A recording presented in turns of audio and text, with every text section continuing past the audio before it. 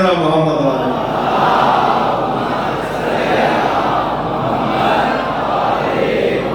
توجہ ہے عزیزان گرامی، سندھ کا حسن ہی کچھ اور ہے.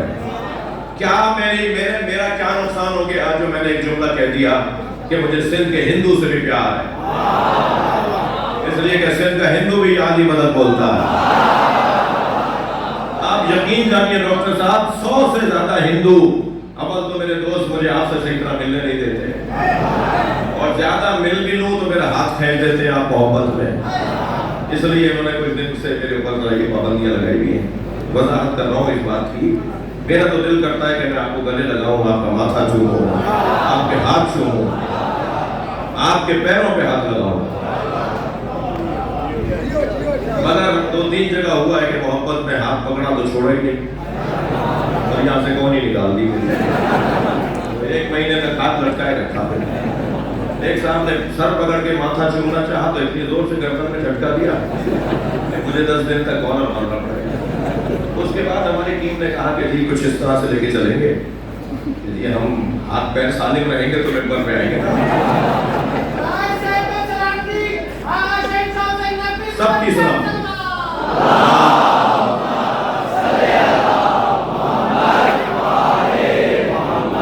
توجہ ہے. اور پہلی بات تو یہ کہ میں تو چاہتا ہوں کہ ہم آپس میں ملیں اور قریب آئیں، اور یہ سلسلہ آگے بڑھے، پیار بڑھے.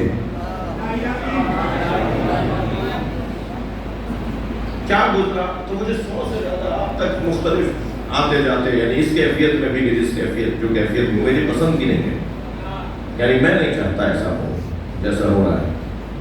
تو 100 سے زیادہ ہندو مل چکے ہیں مجھے، کچھ تو گھر آئے ملنے کے لیے. ایک سندھ کا ایک بہت بڑا زمیندار ہندو زمیندار ہے، اس کو ایک بندہ بھیجا اس نے کہ بس کس طرح میری بات کرا.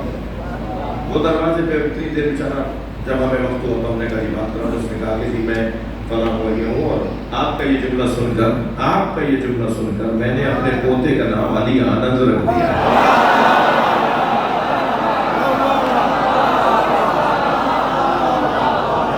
کیا نقصان ہوا میرا؟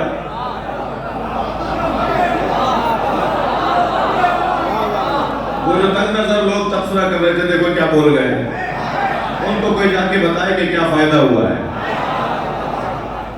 دوسرے ہندوستان کے مسٹر سمپال، معمر سیاستدان، دانشور ہے، بہت قابل ڈاکٹر، ہندوستان کے معمر سیاستدان، کئی مرتبہ وفاقی وزیر رہ چکے ہیں. انہوں نے مجھے پیغام بھیجا اور شروع یہاں سے کیا کہ مسٹر شہنشاہ، دھرم گرو مسٹر شہنشاہ حسین آداب.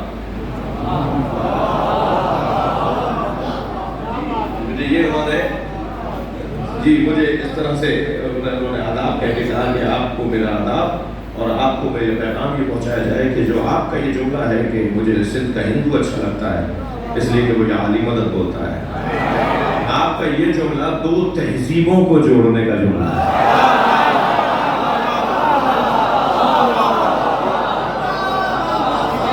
ہندو تہذیب اور مسلم تہذیب، مسلمان تہذیب اور ہندو تہذیب کو، ہندو دھرم کو اور اسلام دھرم کو جوڑنے کا جملہ ہے.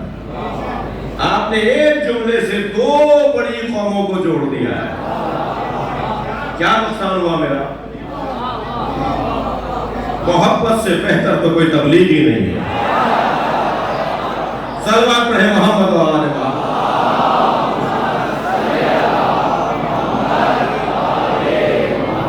سنی بچوں کو میں نے ہوم ورک دیا ہے، میری بات مانو گے انشاءاللہ. کوشش کرو کہ شیعہ مسجدوں میں جا کے نماز پڑھو. زبردستی بھی نہیں، لیکن وقت ہو جائے گزر رہے ہو تو یہ نہیں سوچنا کہ یہ شیعہ مسجد ہے، چلے جاؤ ویسے جیسے پڑھتے ہو ویسے پڑھو. اور میں پھر شیعہ برادری سے کہوں گا اگر کوئی سنی بھائی نظر آئے تو فوراً چائے کا اہتمام کرو،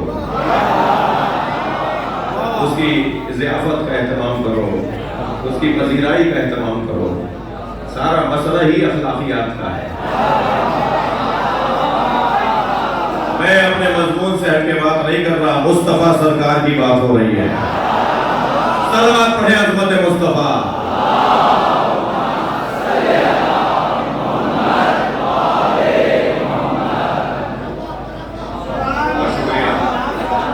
بہت شکریہ آپ کی توجہات کا عموم.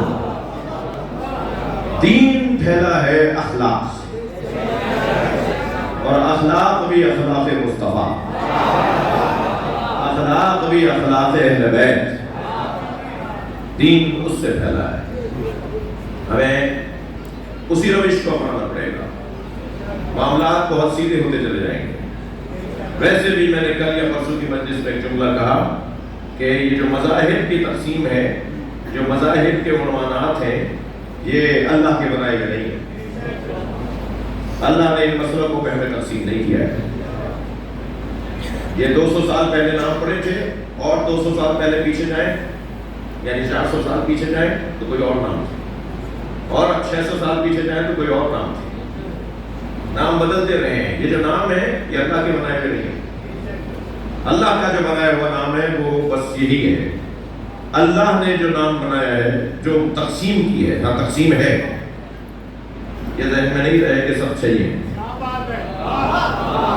میری گفتگو سے یہ غلط فہمی نہ ہو کہ سب صحیح ہے، سب صحیح نہیں ہے، ہم پلورلزم کے ماننے والے نہیں ہیں، ہم سب کو صحیح کہہ کر چلنے والے لوگ نہیں ہیں۔ اگر سب کو صحیح کہیں گے نا تو کسی سیمینار میں آپ کو شیطان کا نمائندہ بیٹھا نظر بھی آئے گا اور رحمان کا نمائندہ بیٹھا نظر بھی آئے گا، تو آپ کہیں گے سب صحیح ہیں۔ ہم یہ ہرگز نہیں کہہ رہے سب صحیح ہیں، یہ نہیں بات ہو رہی، یہ بات ہو ہی نہیں رہی۔ حق اور باطل، قرآن کی زبان میں اللہ نے، دیکھیں یہ جو مسلکوں کے نام ہے، نام لوں گا تو حساسیت ہو جائے گی، یہ جو مسلکوں کے نام ہے یہ اللہ نے نہیں بنائے، اللہ نے صرف 2 نظریے بنائے، تھک کر نہیں سنیں گے، صرف پاکستان 2 نظریوں پر نہیں بنا ہے، بلکہ یہ پوری کائنات 2 نظریوں پہ بنی ہے۔ اللہ نے اس پوری کائنات کو 2 نظریوں پہ بنایا ہے۔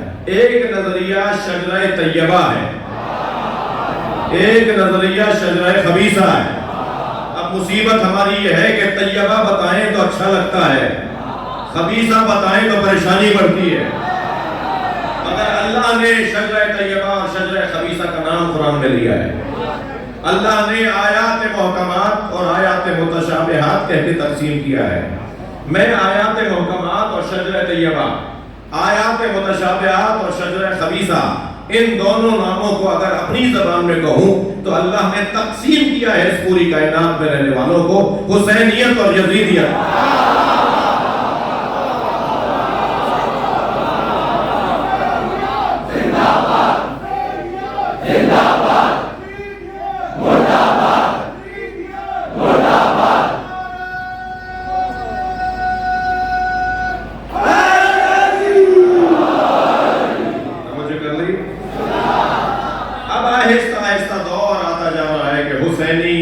حسینی ہو جائیں گے اور یزیدی بھی ظاہر ہو جائیں گے۔ میں تو ایک عرصے سے ڈھونڈ رہا تھا کہ پاکستان میں کون یزیدی ہے، نظر تو آئے۔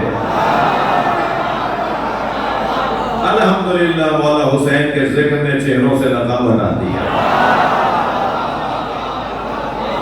کوئی ہمیں پریشانی کی بات نہیں ہے۔ 1 سال پہلے جو کراچی کے روڈوں پر جلوس نکالتے ہوئے امیر یزید فلاں کہا گیا، وہ سلسلہ ختم نہیں ہوا ہے، اور بھی سامنے آ رہے ہیں، اور آپ یقین جانیے جس نے بال برابر بھی یزید کی حمایت کی، اس سے ملکی سطح کی کوئی سیٹ نہیں چھینی گئی ہے۔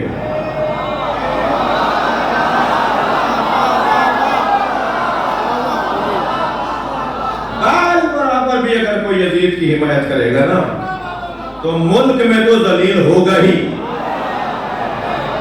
آخرت بھی اس کی برباد۔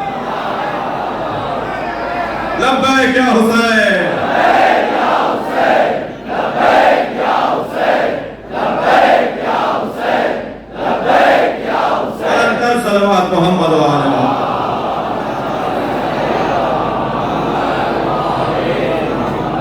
پلٹ رہا ہوں اپنے مفہوم اور مضمون کی طرف، اخلاق مصطفیٰ،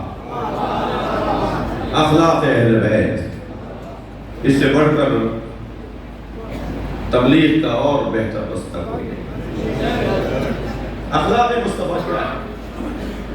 اخلاق مصطفیٰ کا ایک حسین عنوان یہ ہے کہ سرکار سب کے لیے اپنا دروازہ باہر رکھتے تھے، کھلا رکھتے تھے، کسی کے لیے نبی کا دروازہ بند نہیں تھا۔ بلکہ میں نے تو یہاں تک اپنے ایک بزرگ عالم سے سنا، پڑھ نہیں سکا اس بات کو، کہیں ڈھونڈ نہیں پایا، کہ نبی کے گھر پر دروازہ نہیں تھا. دروازہ ہوگا تو بند کرنے کا مطلب آئے گا.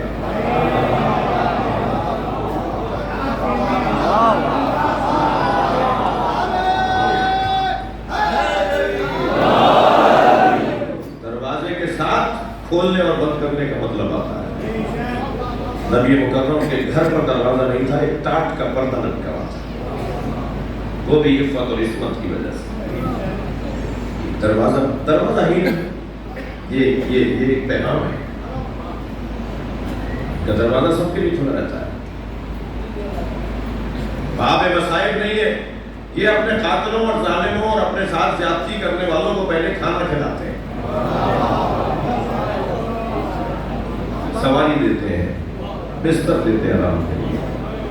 پہلے کہتے ہیں وہ بات بعد میں ہوگی، پہلے تم آرام کرو. اگر کوئی آ کر کہتا ہے نا کہ تم ایسے، تمہارے بابا ایسے، تمہاری والدہ ایسی ہے، جب یہ آ کر کہا نا امام حسن سے، کہ امام نے فرمایا تم مدینے کے رہنے والے نہیں ہو، تمہارا لہجہ بتا رہا ہے کہ تم ہمیں جانتے ہی نہیں ہو، کوئی بات نہیں، مسافر ہو، پہلے کھانا کھا لو. دوسرے دن جب جانے لگا تو امام نے اپنے نوکر غلام سے فرمایا کہ اسے گھوڑا بھی دو. پیروں میں گر گیا، کہ آپ پر کوئی اثر نہیں ہو، میں نے اتنا کچھ آپ کو کہا. حضرت نے فرمایا کہ تمہیں غلط فہمی تھی، تم نے سنا ہوا تھا، وہی تمہیں بیان کر دیا. عزیزان گرامی، اخلاق دشمنوں کے ساتھ کیا خوب علامہ طالب جوہری کا جناب مولانا نذیر صاحب کو جملہ دیا کر رہا ہوں. علامہ طالب جوہری کا بڑا حسین جملہ، ان کی مغفرت کے لیے بھی یہ جملہ یہاں سے بیان ہو جائے. وہ فرماتے ہیں کہ سب سے اچھا انتقام یہ ہے کہ انتقام نہ لیا جائے.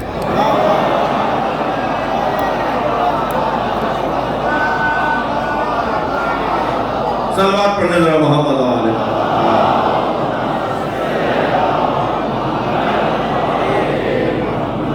اپنے دشمنوں کو نظر انداز کرنا، انہیں اہمیت نہ دینا، یہ اخلاقیات کا ایک حصہ ہے. اہل بیت کا ایک اخلاق ہے، خلق اہل بیت کا ایک منظر کہ اہل بیت کا دروازہ سب کے لیے کھلا رہتا ہے.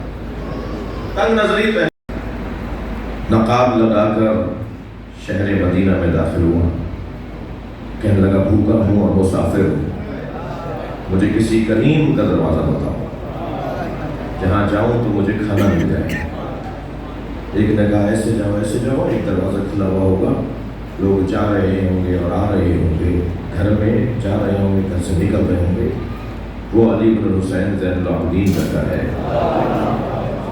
وہاں دسترخوان بچھا ہوا ہوگا، کھانا کھا لینا. کہنے لگا نہیں مجھے وہاں نہیں جانا، کوئی اور گھر بتاؤ. کا گھر تو وہی ہے. اسے چھوڑ کر پھر آگے بڑھا تو 4 آدمی آ رہے تھے، ان میں سے آواز دے کر کہا بھائی میں مسافر ہوں، کسی کریم کا گھر بتاؤ جو کھانا کھلا دے. کہا ایسے جاؤ، اس نے بھی کوئی پتہ بتایا. کہا مجھے وہاں نہیں جانا، کہا گھر تو وہی ہے. تیسرے بندے سے پوچھا، آخر نقاب لگا کر پہنچ گیا امام کے دسترخوان. غلام کھانا کھلا رہے تھے، مگر ہر کچھ دیر کے بعد امام آئے ہوئے مسافروں سے بیٹھ کر بات کرتے تھے، کچھ اور چاہیے، یہ بھی کھا لو، یہ بھی دیکھو، دیکھو یہ بھی بہت اچھا بنا ہوا ہوگا. اس کے قریب بھی آ کے بیٹھ گئے.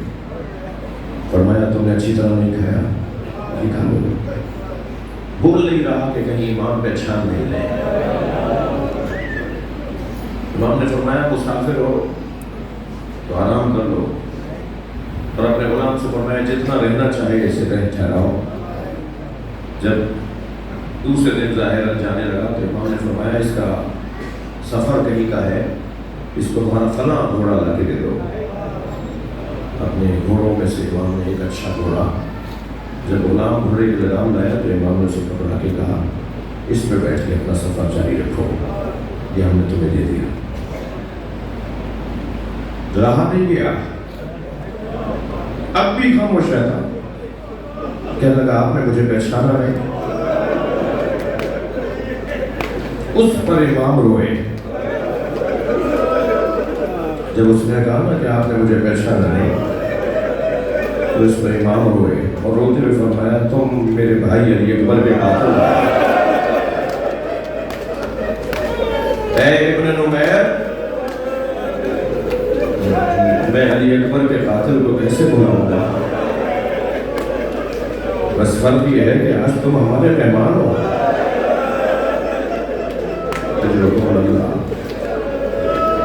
اخلاق اہل بیت, بڑے بڑے اہل بیت سے دشمنی کا مظاہرہ کرنے والے لوگ اہل بیت کے گھر کے کسی فرد کی شہادت پر منہ موڑ موڑ کے روتے تھے. حضرت ابن عباس کا سامنا ہوا عمر عاص کا. مولا علی کو جن 3-4 لوگوں نے سب سے زیادہ تکلیف پہنچائی ہے, ان میں سے ایک نام عمر عاص کا ہے. جب حضرت ابن عباس کا سامنا ہوا تو ابن عباس کو دیکھ کر آنکھوں میں آنسو آ گئے, کیونکہ ابن عباس میں جو ہمیشہ علی کے ساتھ ساتھ رہتے تھے, آج علی کے علاوہ ابن عباس کو دیکھا, آج تنہا دیکھا ابن عباس کو. ابن عباس علی مر گئے, خود بھی آنکھوں میں آنسو ہیں. اور پھر کہنے لگا رکو, پھر گیا اپنے گویا حجرے میں یا اپنے خیمے میں جہاں ملاقات تھی, اپنے صندوق سے کاغذ نکال کے لایا, تحریر نکال کے لایا اور کہا یہ علی کے مرنے پر میں نے علی کی شان میں قصیدہ کہا تھا. وہ قصیدہ پڑھ کے سنایا ہے ہم ابن عباس کو عمر عاص نے, دشمن مولا تھا. اس قصیدے کا پہلا مصرع ہے جو عربی میں محاورہ بن گیا, ضرب المثل بن گیا, محاورہ بن گیا. جملے جو پختہ جملے جو بولے جاتے ہیں, الفضل ما شہدت بہ الاعداء.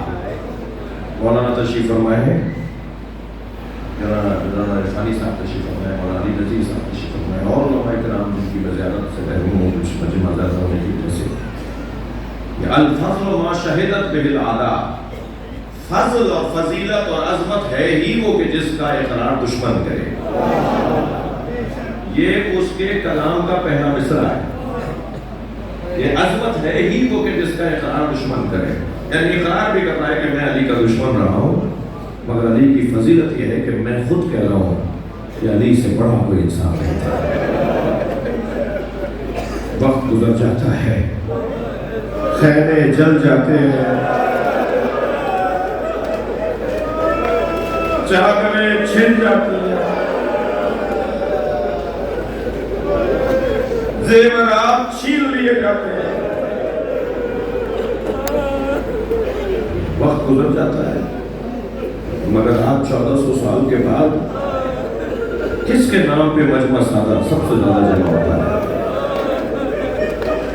اصحاب رسول تو بہت تھے, بڑے بڑے لوگوں نے قربانیاں دی, بڑے رضوان اللہ تعالی علیہم شخصیات, مگر حسین کے نام پہ جتنا مجمع جمع ہوتا ہے, حسین کے نام پہ جتنا مجمع جمع ہوتا ہے, اتنا تو کسی کے نام پہ مجمع نہیں لگتا. علامہ نقطن صاحب کا ایک جملہ ہے, نقطن صاحب فرماتے ہیں کبھی غور کیا کہ حسین کے نام پر اتنا مجمع کیوں جمع ہوتا ہے؟ ہر سال محرم میں, ہر سال چہلوں پر, ہر سال مجلسوں میں اضافہ. یہ امام کا بڑے بڑے بنائے گئے تھے, چھوٹے پڑ گئے.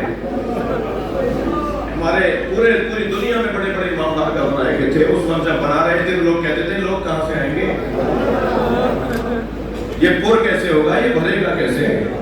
لیکن آج ہمارے امام بارگاہ چھوٹے پڑ رہے ہیں, روزانہ حسین کے مریدوں میں اضافہ ہے, روزانہ حسین کے چاہنے والوں میں اضافہ ہے. اس کے پیچھے ارادہ پروردگار ہے.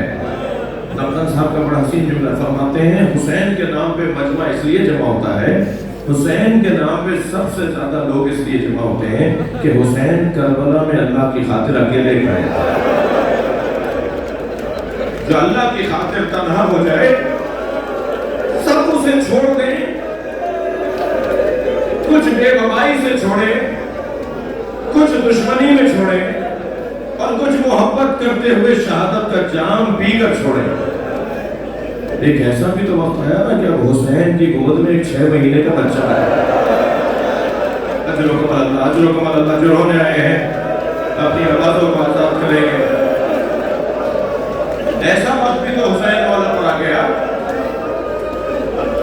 کہ اب سوار کروانے کے لیے پہل لگے. اللہ نے قربت حسین جب مولا اپنے خیمے سے اپنے گھر سے نکلتے تھے، چاہنے والوں کا ایک جم میں غفیر ہوتا تھا، کوئی گھوڑے کی لگام پکڑتا تھا، کوئی رکابوں کو تھامتا تھا، کوئی زین کو سنبھالتا تھا، کوئی مولا حسین کے ہاتھ کو پکڑ کے سہارا دیتا تھا ادب احترام کرتے ہوئے. مگر ایسی بھی غربت آئی کہ حسین خیمے سے نکلے تو دائیں دیکھنے لگے، بائیں دیکھنے لگے. حسین کو عباس یاد آنے لگے.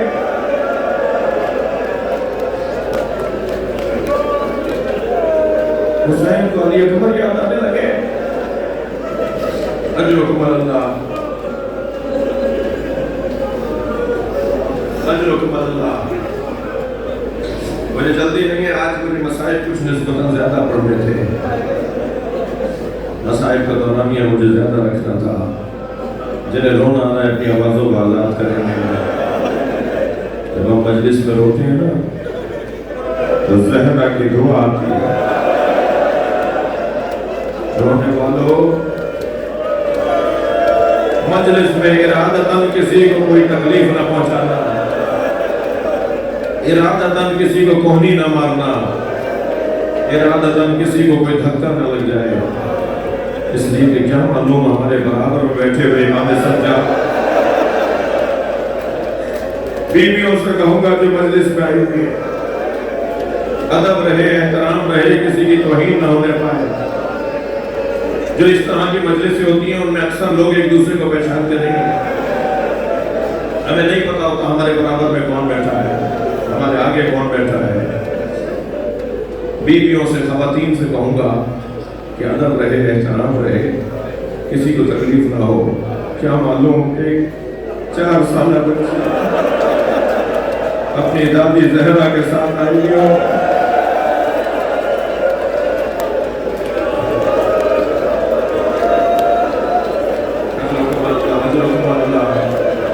مجلس بہت نورانی ہے. جب مجلس میں ایسے گریہ ہونا تو یقین کریں کہ امام زمانہ آ گئے. یقین کریں کہ کوئی اللہ کا ولی آیا ہوا ہے. خلوص اور سچائی سے آپ کا یہ گریہ آپ کو کربلا لے جائے گا. اجرکم اللہ. کیسی غربت تھی امام حسین کا. خیمے سے باہر نکلے ہیں تو دائیں بائیں دیکھ رہے ہیں کہ آج عباس نہیں ہے مجھے سوال کروانے کا. بہن زینب کو احساس ہوا کہ بھائی کو عباس آ رہا ہے. جناب زینب خیمے کے در سے بڑھی اور فوراً آگے بڑھ کر گھوڑے کی لگام کو تھاما اور ایک جملہ تھا، بھائی ابھی زینب زندہ ہے. اللہ نے غربت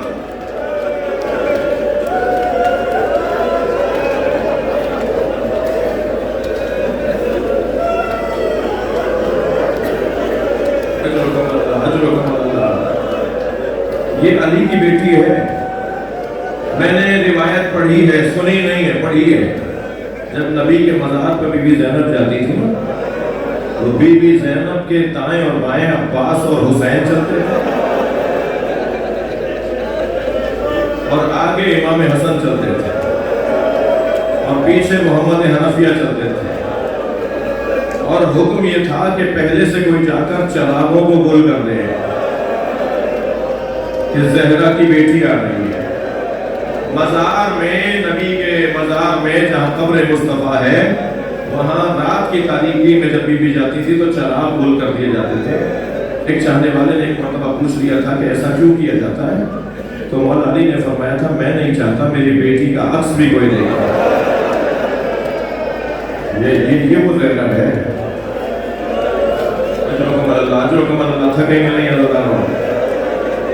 جب مدینے سے امام حسین کا قافلہ چلا تھا تو حضرت عباس گھوڑا دوڑاتے ہوئے امام حسین کے قریب آئے.